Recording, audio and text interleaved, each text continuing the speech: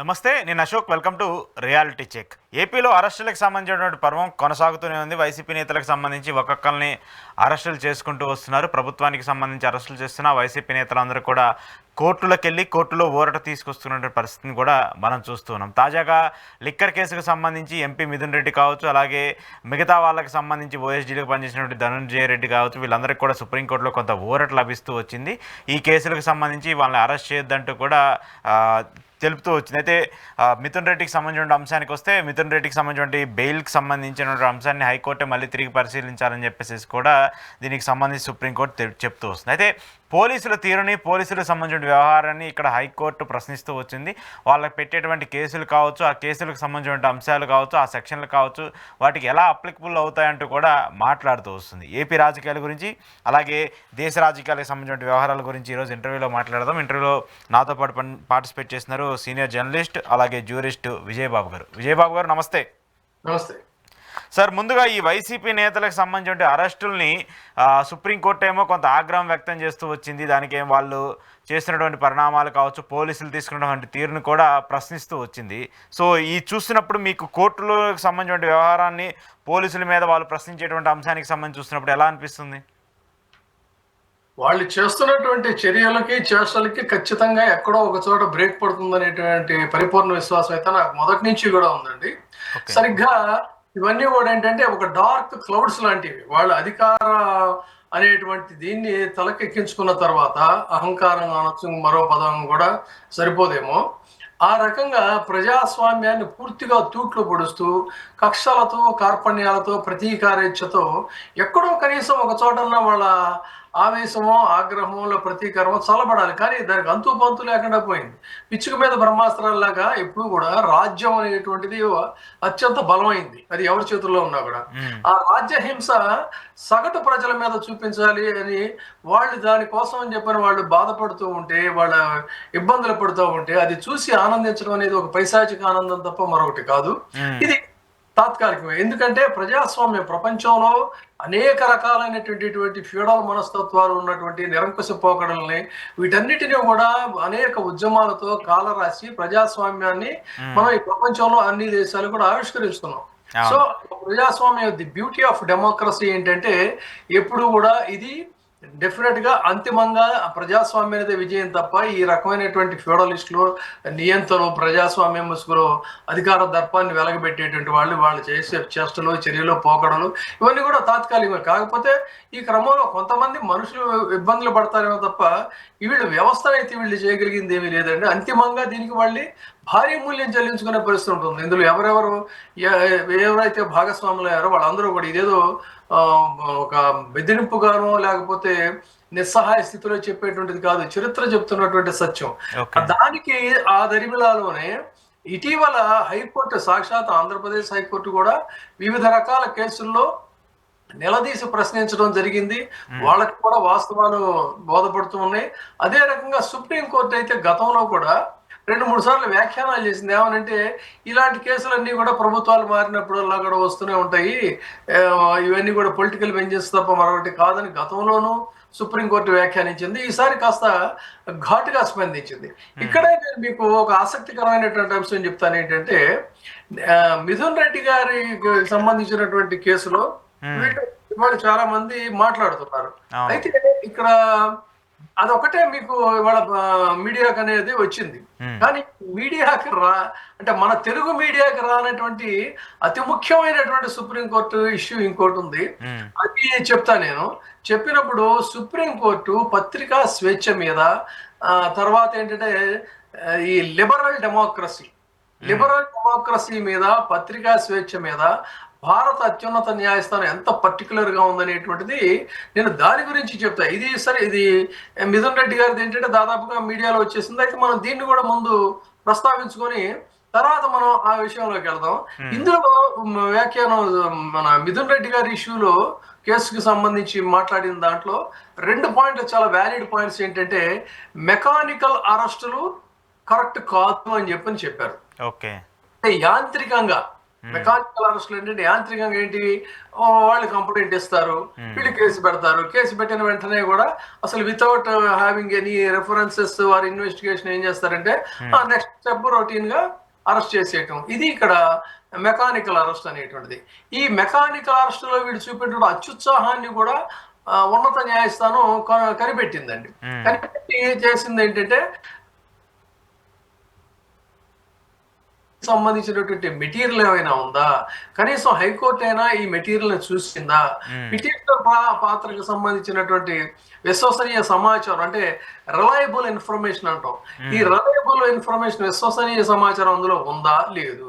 మరి అరెస్ట్ ఎలా చేస్తారు? అరెస్ట్కి సరైనటువంటి సహేతుక కారణాలు చూపించాలి కదా.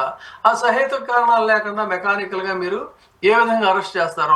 అంతేకాకుండా గతంలో కూడా సుప్రీంకోర్టు చాలాసార్లు చెప్పింది, మళ్ళీ ఉటంకించింది ఏంటంటే అరెస్ట్ చేయాలనేటువంటి ఆలోచన సరికాదు. ఫస్ట్ అండ్ ఫార్మోస్ట్ ఏంటంటే ఎవరినైనా ఇంట్రాగేట్ చేయాలనుకుంటే, ఇన్వెస్టిగేట్ చేయాలనుకుంటే వాళ్ళకి నోటీసులు ఇవ్వటం, వాళ్ళని పిలిపించి విచారించడం, ఆ తర్వాత కేసు ఫైల్ చేయడం అనేది తప్ప ఇక్కడ అరెస్ట్ అనే దాని మీద అత్యుత్సాహం చూపించడం ఇది కరెక్ట్ కాదు. అరెస్ట్ అనేది ఏంటంటే తప్పదు అనుకున్నప్పుడు మాత్రమే చేయాలి.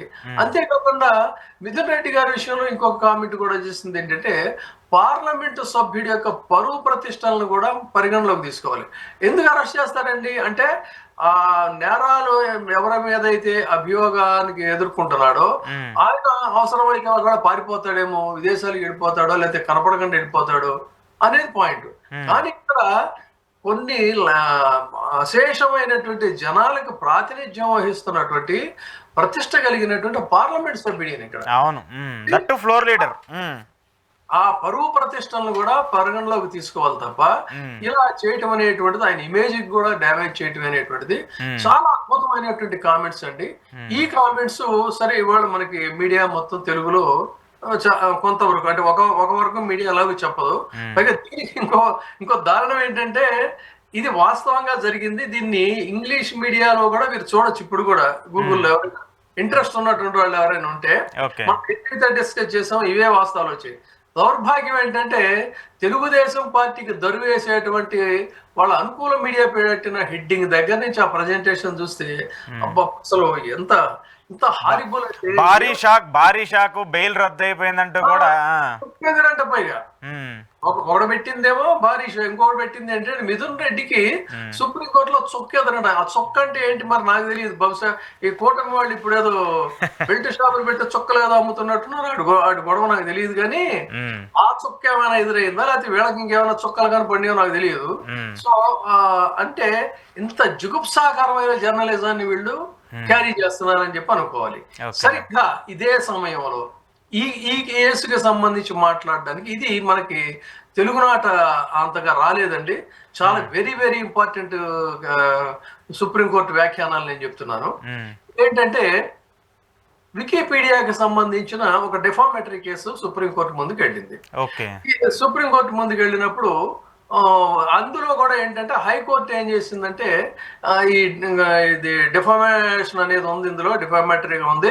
సో మీరు ఖచ్చితంగా ముందు అందులో ఉన్నటువంటి వీటిని తొలగించకపోయినట్లయితే అది డెఫినెట్ ఇదవుతుందని ఏదో మొత్తానికి వ్యతిరేకంగా తీర్పిచ్చింది. దీని మీద సుప్రీంకోర్టుకి వెళ్ళారు. సుప్రీంకోర్టుకి వెళితే ఏఎన్ఐ మీద అప్పుడు సుప్రీంకోర్టు ఎంత అద్భుతంగా మాట్లాడిందంటే అండి, ఇది ప్రతి జర్నలిస్టు, ప్రతి రాజకీయ నాయకుడు, ప్రతి సామాజికవేత్త కూడా గుర్తుపెట్టుకోవాల్సినటువంటి అంశం ఏంటంటే సుప్రీంకోర్టు వ్యాఖ్యానించింది. సుప్రీంకోర్టు ప్రధానంగా మీడియాని అత్యద్భుతంగా మాట్లాడుతూ మీడియా, జ్యుడిషియరీ ఈ రెండు కూడా అక్కడ మళ్ళీ ఎగ్జిక్యూటివ్ గురించి ప్రస్తావించలేదండి, లెజిస్లేచర్ గురించి కూడా ప్రస్తావించాలి. అఫ్ కోర్స్ అవి కూడా ఉన్నాయి కానీ బట్ మీడియాను, జ్యుడిషియరీ ఈ రెండు కూడా లిబరల్ డెమోక్రసీకి ఒక మూల స్తంభాలు లాంటివి. మీరు మమ్మల్ని కూడా చూడండి, ఇక్కడ చిన్న వాళ్ళు ఎవరైనా అల్పజీవులు ఏదో జనం ఓట్లేశారు, గెలిచి విర్రవీగుతున్నారు, చెలరేగిపోతున్నారు. కానీ ఒక ప్రతిష్టాత్మకమైనటువంటి పదవిలో ఉన్న జ్యుడిషియరీ ఏమని వ్యాఖ్యానించిందంటే జర్నలిజం గురించి, మీరు మమ్మల్ని కూడా విమర్శించండి, judiciary is also public institution ఇది చెప్పింది. గవర్నమెంట్ గానీ జ్యుడిషియరీ గానీ ఇవన్నీ కూడా ఏంటంటే పబ్లిక్ ఇన్స్టిట్యూషన్సే కదా. సో ఇది కూడా పబ్లిక్ ఇన్స్టిట్యూషనే. ఉమ్, కాబట్టి దీని గురించి ప్రజలు వ్యాఖ్యానించవచ్చు, మీడియా కూడా వ్యాఖ్యానించవచ్చు. డెఫినెట్లీ. అంటే ఇంకొక ఫస్ట్ టైం అన్నమాట. ఇప్పుడు ఈవెన్ జర్నలిజంలో ఉన్న మేము కానీ, లేదంటే గవర్నమెంట్ లో ఉన్న కొంతమంది అఫీషియల్స్ కూడా ఏం చేస్తారంటే, ఏదైనా ఒక ఇష్యూ కోర్టులో ఉందనుకోండి, కోర్టులో ఉన్నప్పుడు ఏంటంటే అది మ్యాటర్ సబ్జుడీస్ అవుతుంది, మనం రాయకూడదు, మనం ప్రచురించకూడదు, ప్రసారం చేయకూడదు అని మనం అవును, అవునవును. అట్లాగే వాళ్ళు కూడా అంటారు, లేదంటే అది మ్యాటర్ ఆల్రెడీ కోర్టులో ఉంది, మన మ్యాటర్ మాట్లాడకూడదు కదా అంటాం మనం. కానీ దాన్ని కూడా, ఇది చాలా జాగ్రత్త ప్రతి జర్నలిస్ట్ తెలుసుకోవాలండి. దాన్ని కూడా అహెడ్, ఇంకా ఒక అడుగు ముందుకు వేసి సుప్రీంకోర్టు చెప్పింది ఏంటంటే, మ్యాటర్ సబ్జుడీస్ అయినా సరే ఓకే, మీరు దాని గురించి వ్యాఖ్యానించండి, దాని గురించి రాయండి, with good faith to uphold the beauty of liberal democracy అని చెప్పింది. ఓ సూపర్ సూపర్.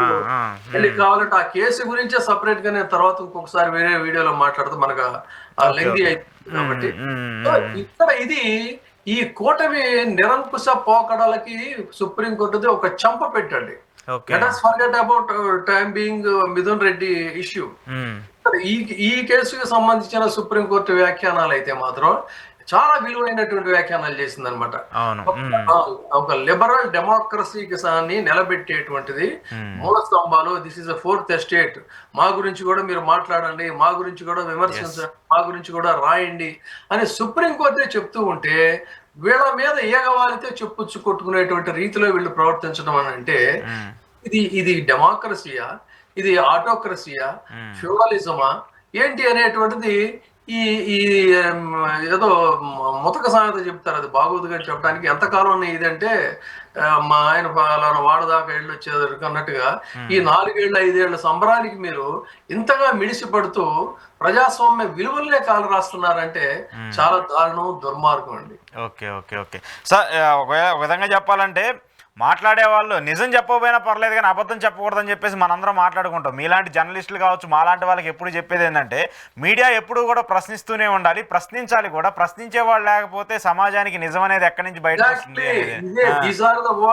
ఇప్పుడు ఏదైతే అన్నారో ఇవే మాటల్ని సుప్రీంకోర్టు భారత అత్యున్నత న్యాయస్థానం ఇదే మాట్లాడిందండి, ఇదే చెప్పింది.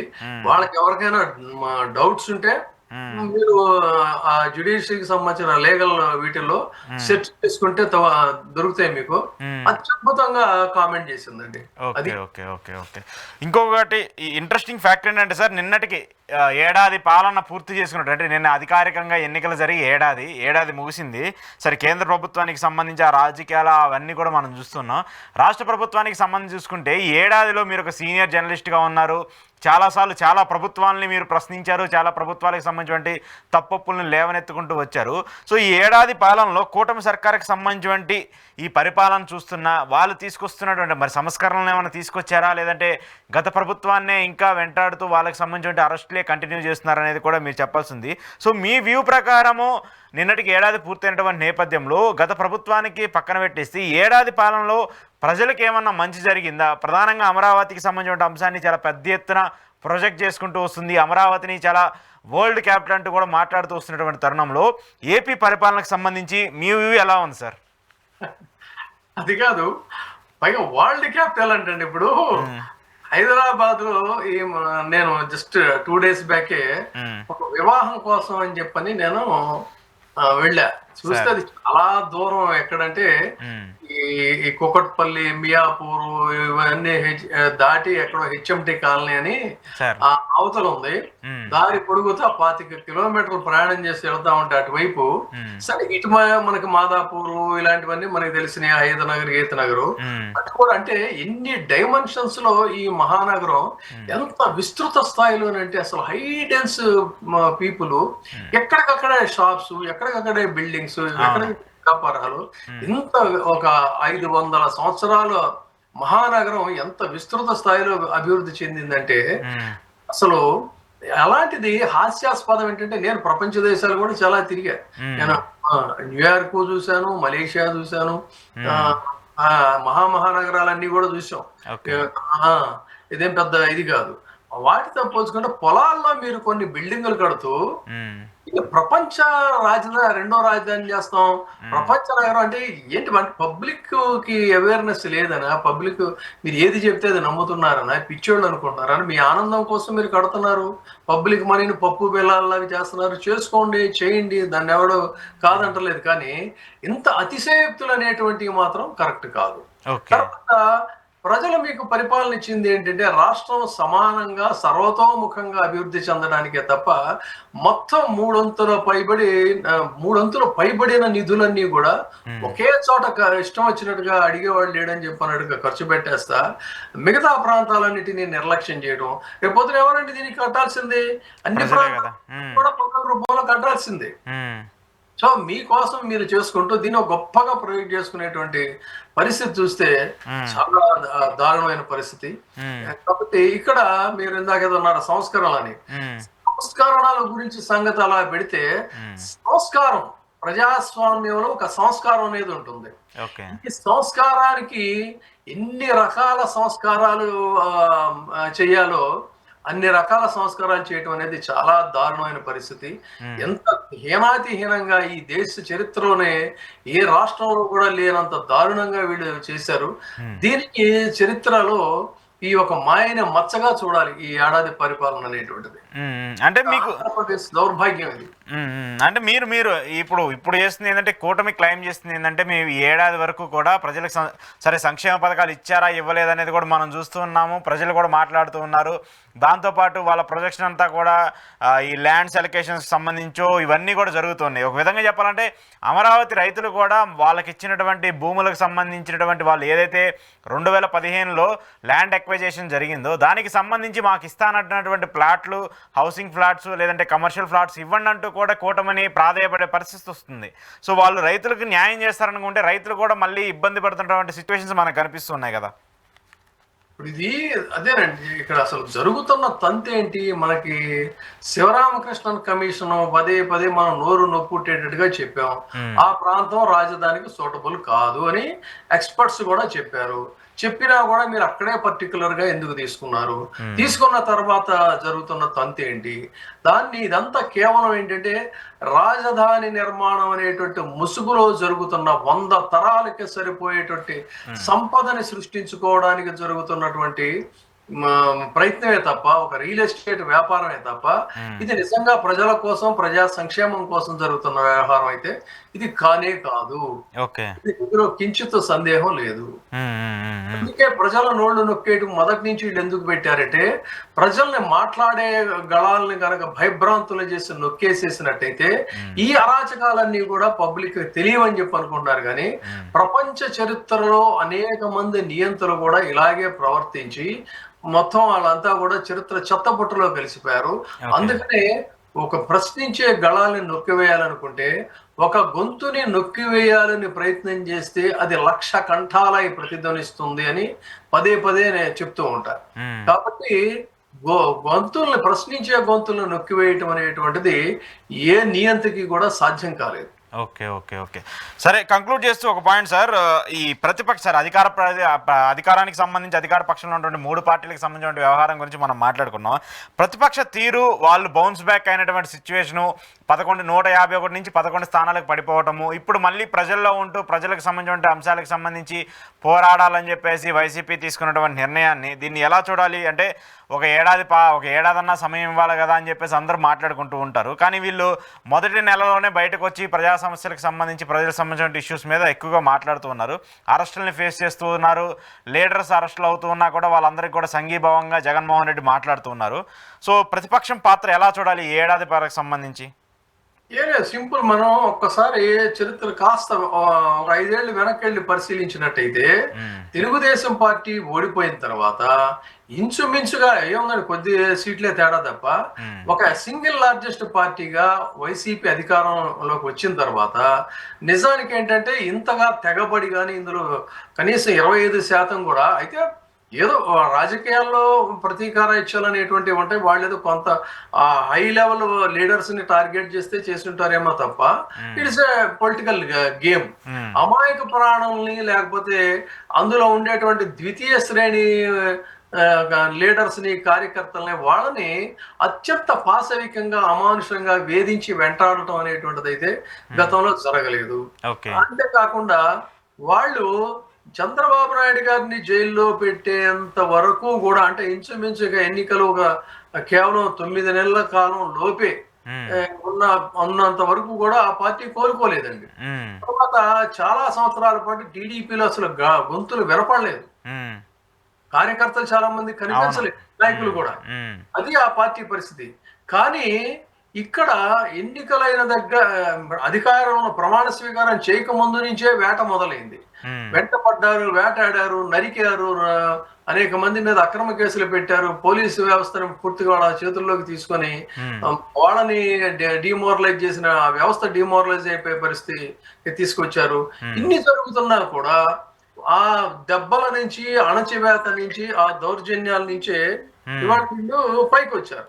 అంటే ఓకే. వీళ్ళు ఈ విధంగా పైకొచ్చారు అంటే దాని అర్థం ఏంటి ఇక్కడ? ఎక్కడైతే మనకి అణచివేత అనేటువంటిది ఉంటుందో, ఆ అణచివేత నుంచే తిరుగుబాటు అనేది మొదలవుతుంది. హ్మ్. ఆ తిరుగుబాటే వాళ్ళ వేదాంతం అవుతుంది. హ్మ్. ఆ తిరుగుబాటే వాళ్ళ సిద్ధాంతం అవుతుంది. హ్మ్. ఈ రోజున వైసీపీలో జరుగుతుంది కూడా అదే. నిజానికి కొంతకాలం పట్టించుకోకుండా ఉంటే ఆ పార్టీ కాస్త బలహీనపడేదేమో. ఓకే. కానీ ఆ పార్టీని బలోపేతం చేసిందే అధికార పార్టీ యొక్క దౌష్ట్యాలు, దౌర్జన్యాలు అని చెప్పాలి. ఓకే. అంటే లేని దాన్ని వాళ్ళే మళ్ళీ పెంచి పోషించి పాలు పోసి Obviously, లేపుతున్నారనుకోవచ్చా? అదే ఆ! కదా! అంతే కదా! హ్మ్. ఓకే. ఇప్పుడు ఓకే. ఓకే. మన హ్మ్. మహాకవి సీనారాయణ రెడ్డి ఒక మాట చెప్తాడు. హ్మ్. విత్తనాన్ని అలాగే పక్కన పెట్టేసి ఉంచితే అది కొంతకాలానికి అలా ఉండిపోతుంది, బలహీనపడిపోతుంది. హ్మ్. కానీ విత్తనాన్ని మట్టిలోకి విసిరి కొడితే హ్మ్. అది వృక్షమై పేలుతుంది అంటాడాయన. అవును. హ్మ్. ఇవాళ వైసీపీ మీద జరుగుతున్న దాడులు కూడా అంతే. ఓకే. ఓకే. బావుంది. మీరు బిలీవ్ చేస్తున్నారు సార్? అంటే గతంలో చంద్రబాబు నాయుడు గారు 23 స్థానాల నుంచి మళ్ళీ ఇప్పుడు అధికారంలోకొచ్చే సిచ్యువేషన్‌కొచ్చింది. వైసీపీ 11 స్థానాలకు పడిపోయింది. ఇంక బతకదు అంటూ కూడా టీడీపీ వాళ్ళందరూ కూడా ఇలా కామెంట్స్ చేస్తూ వస్తున్నారు కదా! అలాంటి సిచ్యువేషన్స్ ఉంటాయా? జగన్మోహన్ రెడ్డిని అరెస్ట్ చేస్తారు. ఇలాంటి స్పెక్యులేషన్స్ ఎక్కువగా వస్తూ ఉన్నాయి కదా! ఇప్పుడు ప్రపంచ రాజకీయాలను మనం చదివాం. హ్మ్. భారతదేశ రాజకీయాల్ని చవిచూసాం. హ్మ్. ఎంతో మంది పూర్తిగా సాక్షాత్తు ఈ రోజున ఇందిరాగాంధీ గారిని తీసుకోండి. హ్మ్. ఇందిరాగాంధీ ఎప్పుడైతే అత్యవసర పరిస్థితి తర్వాత, అలహాబాద్ హైకోర్టు తీర్పు తర్వాత అవును. సాక్షాత్తు సొంత పార్టీ వాళ్ళే ఆమెను బహిష్కరించారు. హ్మ్. బహిష్కరించి పూర్తిగా ఏకాకిని చేశారు. పూర్తిగా ఏకాకి అయిపోయినటువంటి ఇందిరాగాంధీ తిరిగి మళ్ళీ ఇందిరా కాంగ్రెస్ అనేటువంటి ఒక పార్టీని ఏర్పాటు చేసుకొని హ్మ్.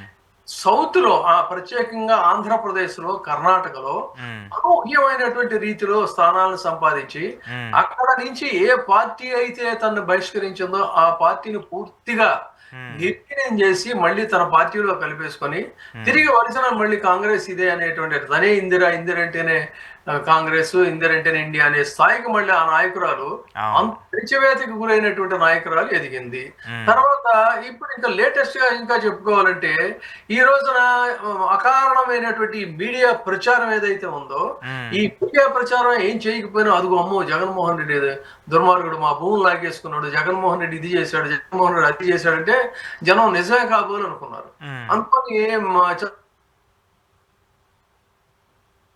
అద్భుతాలు సృష్టిస్తాడు అనుకున్నారు. హ్మ్. ఆ దుష్ప్రచారాలన్నీ కూడా వీగిపోయాయి. ఓకే. ఇందిరాగాంధీ అత్యవసర పరిస్థితి అనేటువంటి ఒక అంశాన్ని తీసుకొని తరచు ఆమెని చాలా అపఖ్యాతి పాలు చేస్తా ఉంటారు. హ్మ్. ఎస్, పొరపాటు దానికి కాదు. కానీ ఒక్కసారి ఇవాళ యుద్ధం, ఇండో పాక్ యుద్ధం జరిగిన వెంటనే ఎప్పటి ఇందిరాగాంధీ చెప్పండి, 70s లో అవును. ఒక్కసారిగా ఇవాళ మీడియా, భారతదేశ మీడియాలో ఒక్కసారిగా ఆవిడ పైకి వచ్చింది. ఒక మహాశక్తిగా అందరు కీర్తిస్తున్నారు. అవును. అంటే నాయకులు చేసేటువంటి మంచి పనులు దశాబ్దాలైనా సరే ప్రజల హృదయాల్లో పదిలంగా ఉంటే వాటిని మర్చిపోరు. ఓకే. అదేవిధంగా నాయకులు చేసేటువంటి తప్పులు వాళ్ళ యొక్క వ్యక్తిత్వానికి కొంచెం ఒక మచ్చగా మిగులుతాయి. హ్మ్. ఆ మచ్చల్ని బేస్ చేసుకుని మొత్తం వ్యక్తిత్వాన్ని కరెక్ట్ కరెక్ట్ కాదని నిర్ణయాలకు రావడం తప్పనే దానికే నేను ఇందిరాగాంధీ ఎగ్జాంపుల్ చెప్తున్నాను. యెస్. యెస్. ఆ యెస్. హ్మ్. విధంగా జగన్మోహన్ రెడ్డి తప్పులు చేశాడు, చేయలేదంటలా. హ్మ్. తప్పు చేశాడు కాబట్టే ప్రజలు ఆ రకమైన తీర్పిచ్చారు. అంత మాత్రంలో జగన్మోహన్ రెడ్డి పూర్తిగా తప్పుడు వ్యక్తి అని నిర్ణయానికి రావడం కరెక్ట్ కాదు. ఓకే. మానవ సహజం తప్పులు చేయటం. వాటిని సరిదిద్దుకొని మళ్ళీ జనం ముందుకెళ్ళి జనం యొక్క జడ్జిమెంట్ తీసుకోవడం. దాంట్లో ప్రధానంగా ఆయన వెంటనే కోలుకొని అన్నదేంటి, ఎస్ కొన్ని పొరపాట్లు జరిగాయి. హ్మ్.